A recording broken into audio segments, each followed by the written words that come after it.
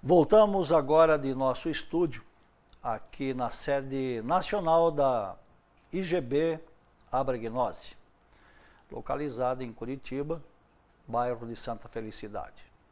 O podcast dessa noite é o último da série de 7 que realizamos, abordando e tratando especificamente do assunto da iniciação. Vamos dar por encerrado hoje, então, esse assunto iniciático, um dos temas mais centrais da gnose, que trata da autorrealização íntima, que trata da forma, da maneira, da jornada espiritual que cada qual deve cumprir. E nessa caminhada, cada um tem a sua própria didática ou recebe a própria didática que precisa cumprir e seguir. Temos aqui algumas questões que nos foram apresentadas durante o intervalo. Vamos à primeira delas. Nos é perguntado: quando se dá a encarnação do terceiro logos? A encarnação do terceiro logos, ela acontece ainda durante pelo menos uma certa etapa, uma certa parte desse processo de encarnação dos 3 logos. Ele começa ainda na segunda montanha, mais especificamente durante os trabalhos na esfera de Saturno, porque Saturno corresponde, dentro de nós, ao terceiro logos.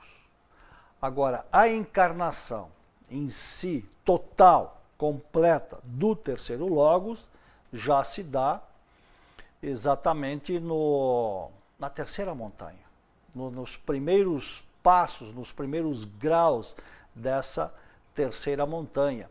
É quando se une, quando se funde o princípio masculino e o feminino, né?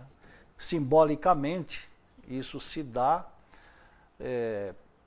pelo erguimento das 2 colunas, ou quando Hércules, entre tantas tarefas que ele cumpre, já ao final dos trabalhos, em determinado momento é dito que ele ergue as 2 colunas sobre o Estreito de Gibraltar. Essas são as 2 colunas do templo, o templo interno. Essas 2 colunas, uma delas é masculina, outra é feminina.